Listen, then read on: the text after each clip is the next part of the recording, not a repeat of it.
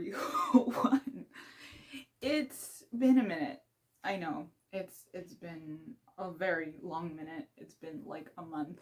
I was really burnt out, and I figured that my 2025 goal video was a good way to end off 2024. But since then, we've entered 2025, which means that everyone has been posting their best books of 2024, worst books of 2024, and I've been posting that on Instagram, but not on here. Excuse the hair. Wow. There we go. But not on here, because making a YouTube video is work. It is not easy to sit down to find a time when there's sufficient amount of light, since we're still in winter and I live in Canada, and self-confidence and also sufficient storage space, because I only use my phone for this. But essentially today what I'm going to do is I'm going to do my regular schmegular tier ranking video, but we're not going to do it the usual way. I already have a tier ranking and I'm sitting pretty solidly on this, and I have this on my Instagram, so if you want to go check it out, feel free to do so. It's on my Instagram if you just scroll down. I'll link it down below as well. But essentially I made a tier ranking post on my Instagram sometime before 2024 ended, so about 3 weeks ago. And the thing with this one is I knew that once I finished Wind and Truth, I wouldn't be reading anything else. Like, I just wouldn't have the energy, because that book took me out. It took me out. So what we're gonna do today is we're gonna talk about all these books that I've rated. Now the thing is, I've had a pretty solid reading year. I read 33 books, which is phenomenal, but a lot of them were actually 5 stars. However, within the 5-star category, I also have layers. You know, so it's like, you know, 5 stars and like 5.10, I want to say, if we're gonna do it like this, right? So you have books that are like 5 stars but leading towards 4 stars, right? That kind of thing, right? So on the lower end of the 5 stars and then the higher end of the 5 stars. So based on where I put these books, you will understand once we get into it. So I have several tiers, and they're very mythology centered because I am nothing if not a nerd. So buckle up, grab a blanket, grab a snack, grab a drink. We might be here a while. Also, if you hear my computer sounding like it's about to take off, apologies ahead of time. So the tiers are Olympus, which is top of the top, Elysium, which is great, and this is Olympus referring to Mount Olympus, where the gods live, so the very top of the tallest mountain in Greece.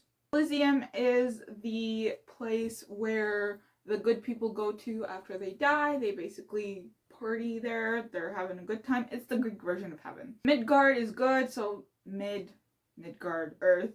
It's in the middle of the 9 trees. Eat it in 9 worlds. You know what I mean. Asphodel, alright. Asphodel is one of those places where you sort of float away, in a sense. Like, it's not the best place you want to go to. And yeah, anyways. I forget which one guaranteed rebirth, but Asphodel sort of like vibing. Helheim, which is the Norse version of hell, like the Norse world of hell. So not good. And Tartarus, which is erase from my memory, please. So we're going to start with Midgard because I only have 1 book on this, and then we're going to go down, so Asphodel, Helheim, and Tartarus, and then I'll talk to you about my favorite books. So Elysium and Olympus. So in Midgard, I only have 1 book, which is As Good as Dead by Holly Jackson. This is the 3rd book in the A Good Girl's Guide to Murder series, and I enjoyed the series as a whole. I think from the 1st book to the 3rd book, I love the character arcs, I love the story arcs. However, this one definitely felt like it dragged a little bit. And the thing with me is that I usually taper off on trilogies by the 2nd book, maybe sometimes even the 1st. It is actually particularly rare, nowadays at least, for me to see a series, a trilogy especially, to its end, especially if the trilogy is not fully out. Case in point being, I haven't finished The Poppy War. Another case in point being, I haven't finished. I don't think I've finished. Oh, City of Brass I haven't finished. But that's not because I disliked City of Brass. It's because at the time the third book was like not out yet. Or like it had just come out. So the lines at the library were like atrociously long. Anyways, that being said, it's not very often that I actually finish trilogies. Which, yeah, as a fantasy reader, that's saying something. But, so I enjoyed this one overall, because I think that Holly Jackson did a good job in exploring how a teenager would be affected by figuring the murders. Like that's gonna affect a teenager's psyche. That's gonna affect their mental health. So I really like that aspect. But man, did it drag.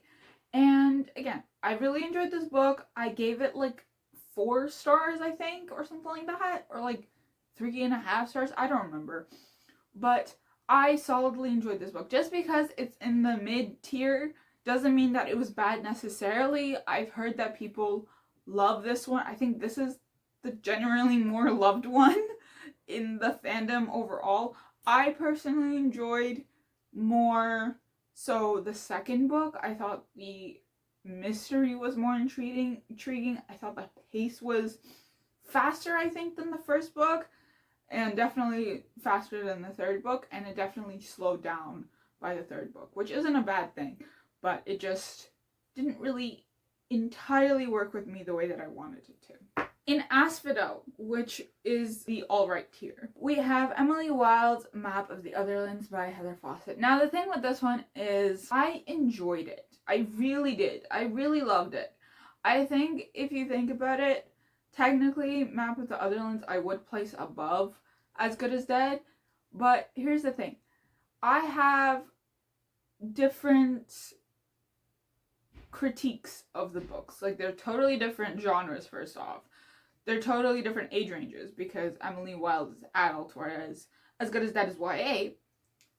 And they're also different books in a series. So Map of the Otherlands is the second book in a trilogy, and As Good as Dead is the third book. So I can't really fully compare them in a way that will be equal, right? In a way that will guarantee equilibrium, so to speak. Equality, so to speak.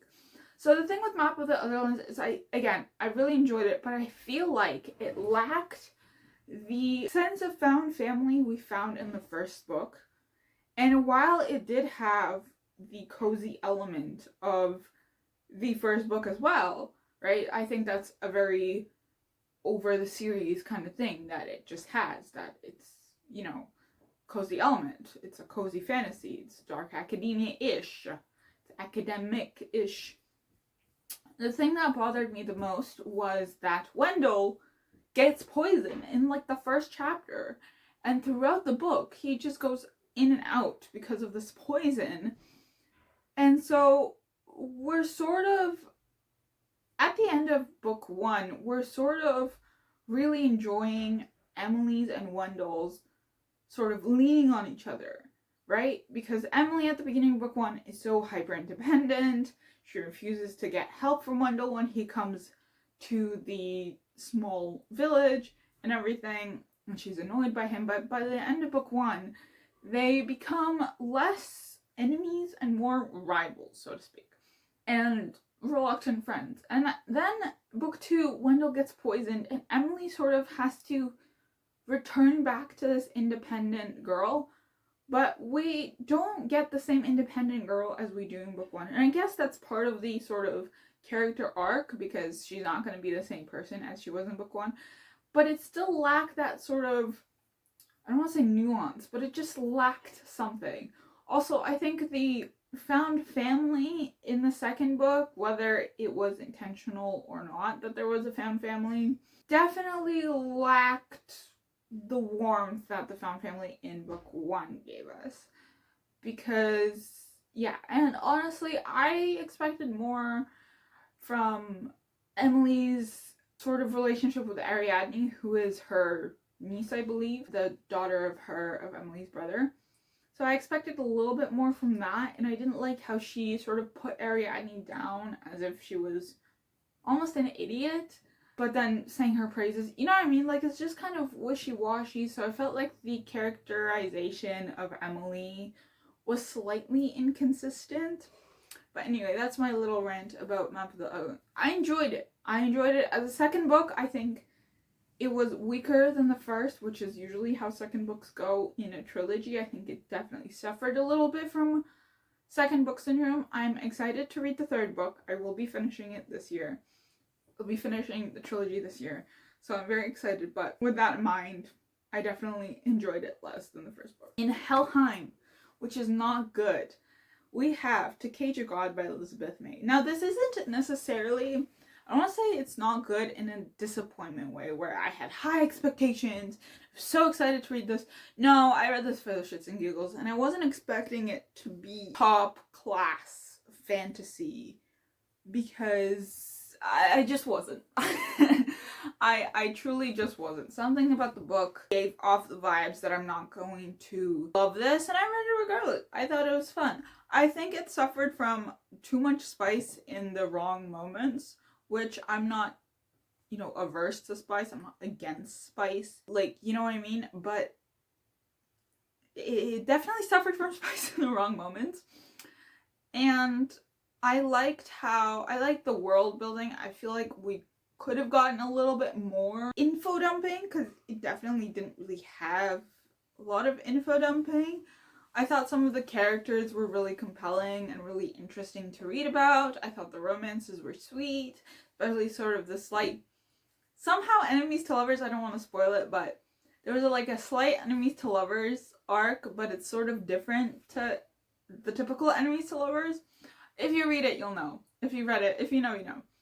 And the thing about this one is I'm not actually judging it harshly because of the Russian, sort of imperial Russia elements. I'm actually not. I'm judging it based off, first off, the writing, the character arcs, as well as mainly the plot and where the spice scenes were. Again, there was literally a revolution outside. Like, where we're getting to the climax of the story. Getting to the climax of the story, and the characters were experiencing a different climax. We're just gonna put it there.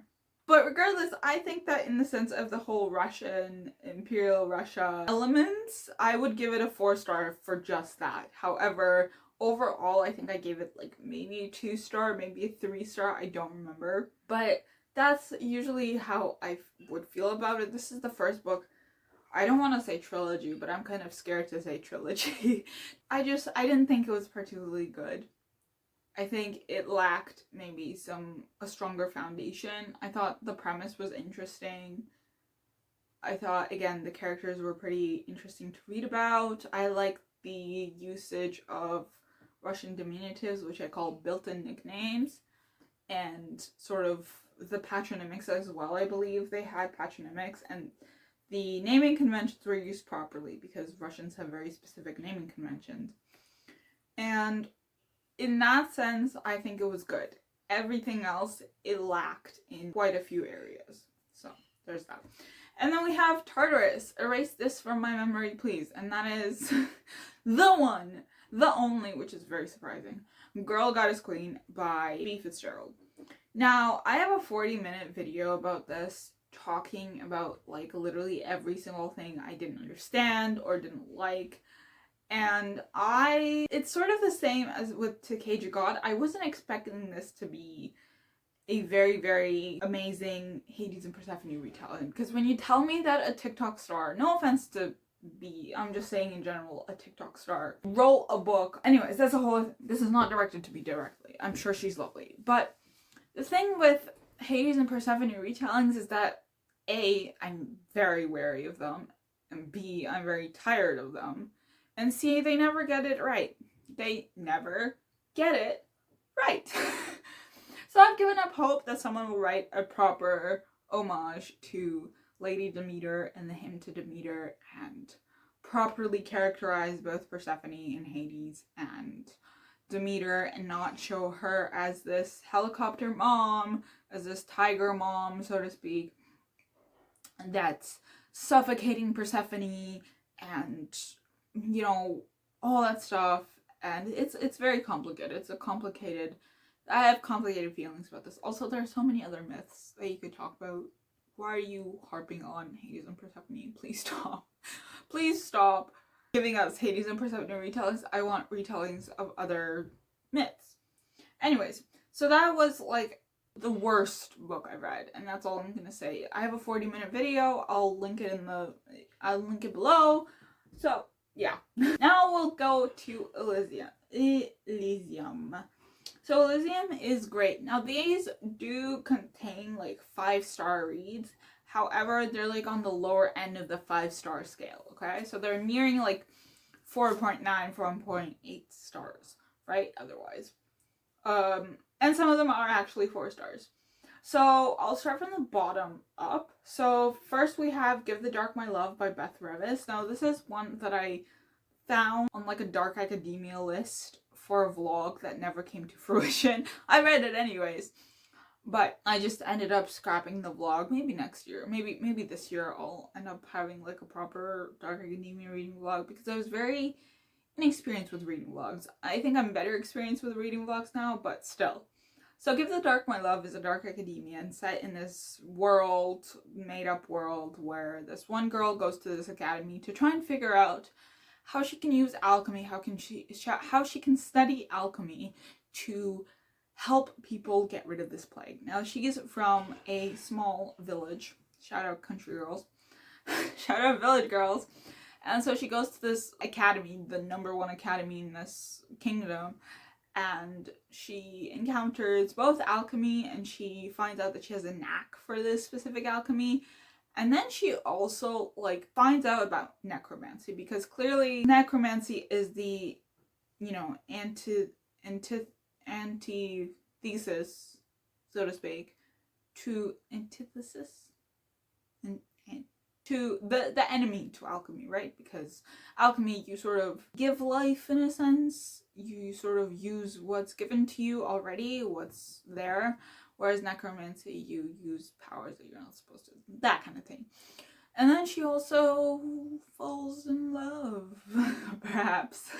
I thought this was fun as far as YA go. This is a duology. It's finished. And I think I may finish the duology. I'm just not sure when. I think this is a very good fall, winter. Like, you know when you're like on the end of fall and just as you're about to enter winter, like that kind of period where it's like colder in the morning, warmer during the day, colder at night, and it just becomes colder throughout the day.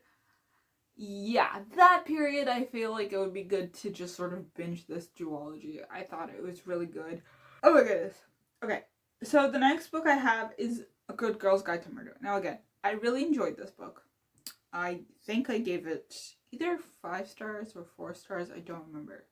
But again, something about like trilogies and me having beef with them, I guess. Actually, that's a lie. I read like 2 trilogies last year. And like 2/3 of a trilogy. But anyways. And yeah. Anyways. Beside the point. A Good Girl's Guide to Murder is the first installment of the A Good Girl's Guide to Murder series. And I thought that was great fun. I listened to it via audiobook, which I would highly recommend because it's a full cast and you have like the noise ringing and all that stuff.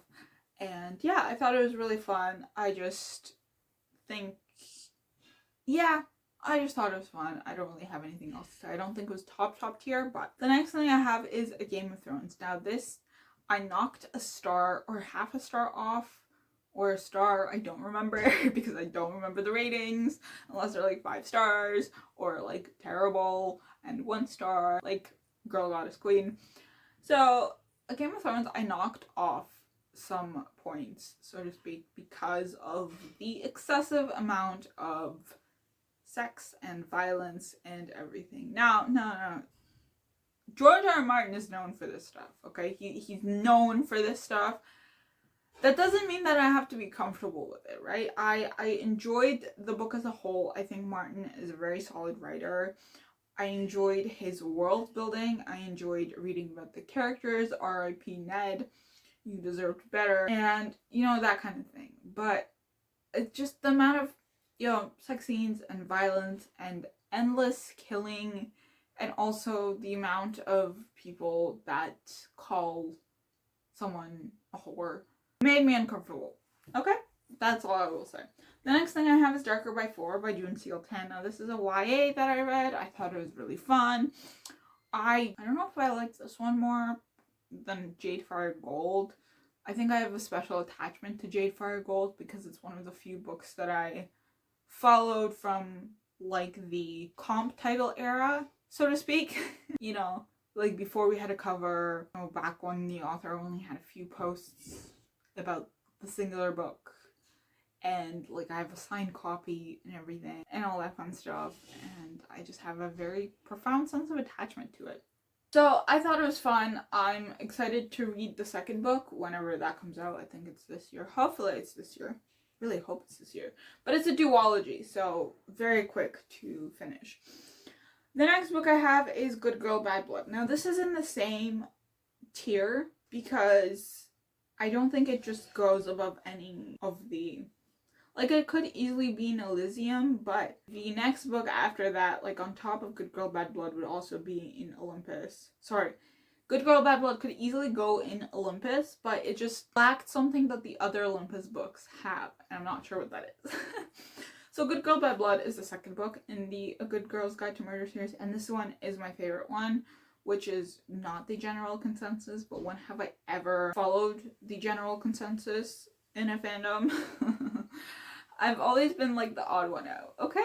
I'm not about to follow general consensus at my 22 years of age, okay? If I've never done that before.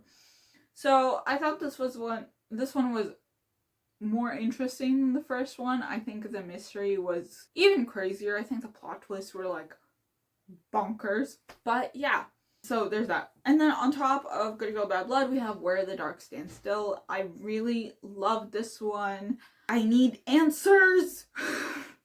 I want answers. That's literally the only reason why it's in Elysium. I want answers, and I'm not getting answers because it's a standalone. But I'm really excited to read her Swan Lake retelling. It's like a sapphic Swan Lake retelling between like the White Swan and the Black Swan. So on Olympus, we'll go from bottom up again. At the bottom of the pyramid, we have Atalanta. You were good, but I'm expecting you to be right. Atalanta was a fun Greek mythology retelling, and you guys know I don't really read Greek mythology retellings because they're Greek mythology retellings, and I can't really turn off that analytical part of my brain. Atalanta is one of my favorite stories because she's also one of the only like Greek heroines that we have, and she's really cool. She's really cool. And I became obsessed with archery at one point during my 22 years of living. And yeah, it felt like I was Atalanta. So I thought it was fun. I thought it was a solid retelling. Not like, you know, top class retellings, but a solid there. So I can confidently recommend it, unlike the Hades and Persephone retelling. The next we have is The Lake of Dead Languages. This was another one for the Dark Academia vlog that I initially scrapped. This was really interesting, actually. I really enjoyed this one because this was constantly comped as The Secret History, but I feel like that's not, you know, I don't want to say plausible, but that's not giving it the full respect that it could have, because yeah, it's similar to The Secret History, but a lot of Dark Academias are constantly comped as The Secret History, which is not, you know, through fault of the people that decide these comps, but The Secret History did birth a significant subgenre. However, this one is like The Secret History without like the homophobia and like the racism, I'd say, from like, what is it, the 80s, 70s, 80s, or even 90s, I don't remember. But basically, we follow this one Latin teacher who went to this one, like, I don't want to say preparatory school, but it's like a girls-only school. And the school of, like, girls' school of, like, Heart Lake or something like that. And she was a student there, and back when she was a student, her friends died. And she's the only one that knows what actually happened. So she goes back to, and she's a Latin teacher, and there's just so many instances of snow. So this is a good one to read during like a winter storm. It's a little spooky, and it's definitely very dark in terms of suicidal themes and everything, so definitely check trigger warnings, please, especially for suicide. And I really enjoyed this one because this definitely had, again, secret history without the homophobia and the ridiculous shit that Bunny does. So the next book I have is The Emperor's Edge. This was a recommendation from Elliot Brooks through one of her videos, and I read this. I bought the first 3 books through Kobo or whatever, and I read this, and oh my god, so good. What the hell? Wait, did I buy this through Kobo or did I find it other one? I don't remember. But I got the first 3 books, and this was so good. And basically this is an adult Six of Crows. I feel like that's all you need to know. This is a 9-book finished series, which I love. I love that it's a finished series. It's an indie published finished series, which is crazy, and I love that, and slay.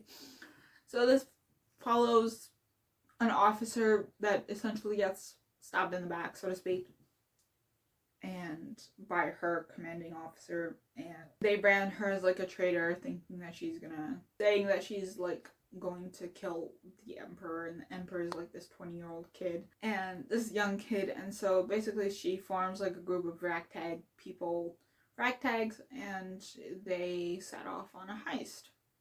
It's great fun.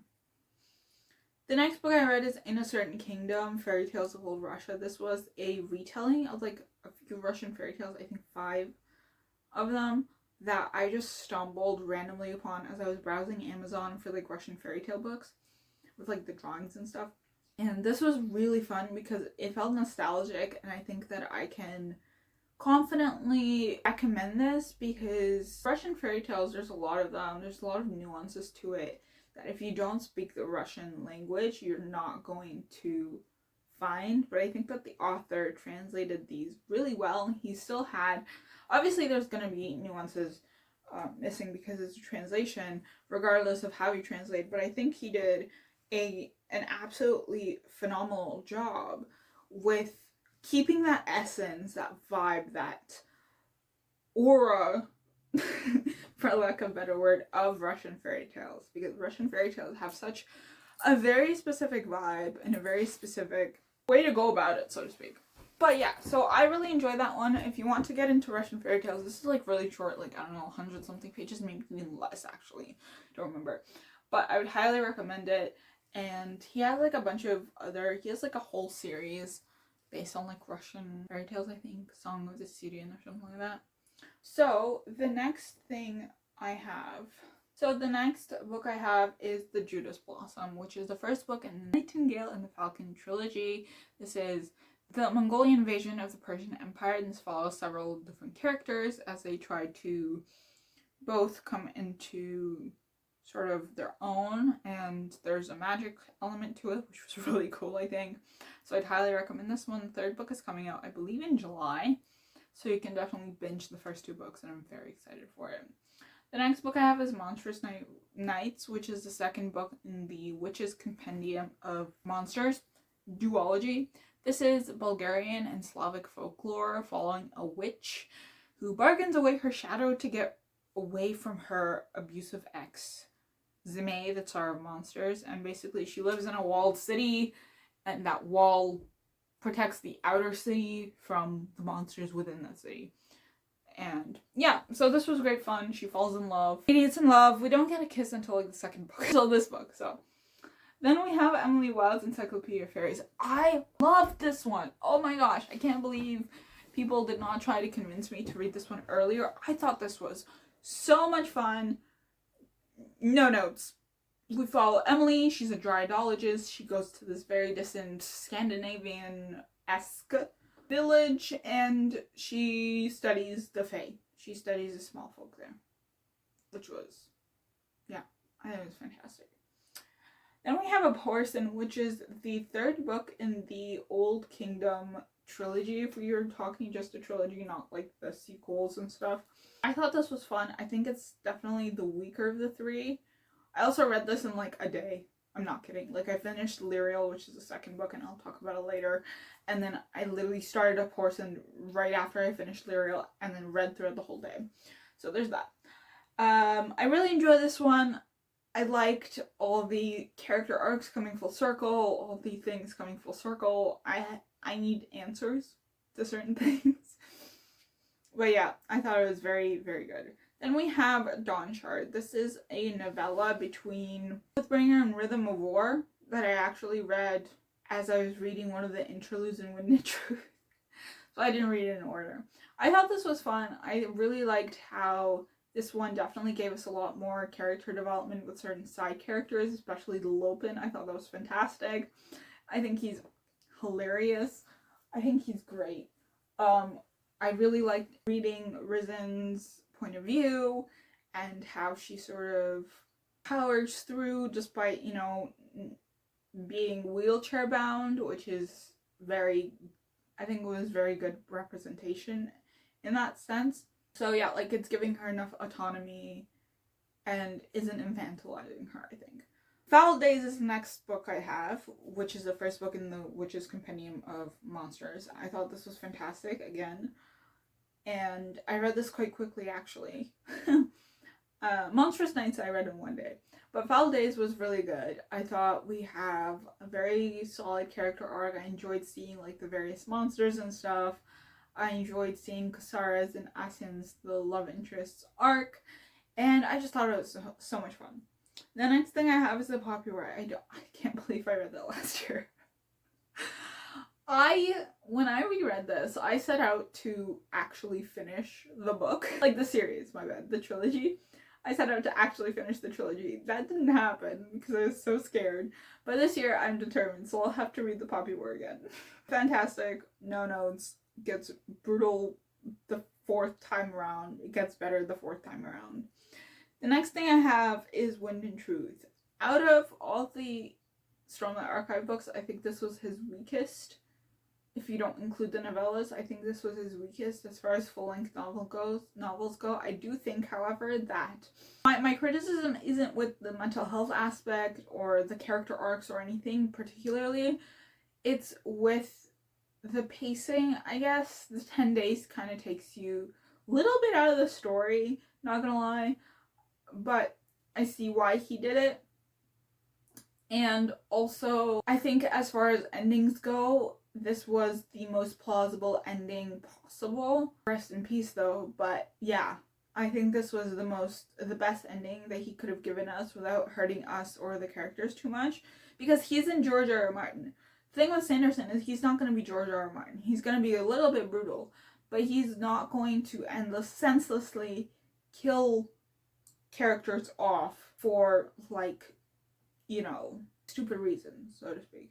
Not that Martin necessarily kills for stupid reasons, but you know what I mean. The next thing I have is Sabriel, which is the first book in the Old Kingdom trilogy. I really enjoyed this one. I flew through it so fast. I can't believe I didn't read this earlier. I really love this one. I think Sabriel is such a fantastic character. And this is like a 90s fantasy trilogy. And oh my god, it just stands the test of time. Something about the 90s fantasy stuff. So good. Then I have Lyrial, which is the second book. And this one is the general consensus favorite book. And yes, I agree. Because also the main character is a librarian. And I work at a library. So that was really fun. That was really fun. Highly recommend. The next thing I have is Human Acts. I cannot stop thinking about this book. Oh my god. I read this between Words of Radiance and, no, sorry, The Way of Kings and Words of Radiance, I think. And, or like I stopped reading The Way of Kings just like for a few days. And then I ended up reading Human Acts, right? And man, I can't stop thinking about it. This was crazy. And then I think at the time that I read it, actually, Korea, like, had the martial law stuff happen, and then like the president was outvoted and they voted to stop martial law. Like that was crazy, like the timeline that it, and then Human Acts obviously came to the top. And also Hong Kong won the Nobel Prize for Literature in 2024, so that was all. I read it because she won the Nobel Prize, and it just, things just aligned in such a strange and interesting way. And I can't stop thinking about this book. I thought it was, first off, the writing style is so unique. The way that she approaches this moment in Korean history is so interesting. man, I can't wait to read more from her, honestly. The next book I have is Rhythm of War. So this would be like second tier from the bottom as far as favorites go. This was good. I don't think it's weaker. I just think that the fact that Sanderson had this thing going on in the first two books where it's like singular like character chapters, right? And then towards the end you switch POVs, and that's when you know there's a build-up. This felt like a build-up the entire time, and it didn't really give room to breathe because it kept switching. I'm just like, no, stop switching. And I didn't enjoy that switching as much as maybe others did. So yeah, that's my main criticism, like the switching mid-chapters at the beginning. And then The Way of Kings is the next one, so the third in position of the series. And then I love The Way of Kings. I think it's fantastic. Next we have Oathbringer, and I cried. If you watch my Oathbringer vlog, I definitely cried at the end. And yeah, I can't believe I guessed something that happens in Wind and Truth. That's diabolical, actually. That's kind of crazy. That's really crazy that I didn't. Oh my god. Okay. And then we have Words of Radiance, which I think is still Sanderson's best book that I've ever, like, read. Ever. Right. And then we have the Lord of the Rings trilogy. Now, I would order it, but I don't want to put it in order. So I just put them, like, in publication order, which is, like, Fellowship, Two Towers, and then Return of the King, but, like, backwards. So before Words of Radiance is Return of the King, and then it's Two Towers, and then it's Fellowship, because I love all three very equally. But I do like the second movie more, so I think I'm a little bit more biased towards the Two Towers book. I don't know, I really enjoyed the split perspective. I think it was interesting to see how the movie adapted it, and how in, like, book 3, it was, like, Pippin, Merry, and then, like, Aragorn, Legolas, Gimli, right? And then in book 4, it was just Frodo and Sam on their way to Cirith Ungol, and on the way to Mordor. So yeah, so that is my tier ranking of 2024 books. I hope you're having a fantastic year, and I hope you're having an even better year. I haven't finished a singular book, and it is like the 23rd of January, but that is okay. That will be remedied very, very soon, because I'm almost done my first book of the year, and I'm very excited to talk about it. So I will see you in the next one. Follow me on all my socials. If you like this video, consider subscribing, because I have more coming up. And I will see you in the next one. Happy reading.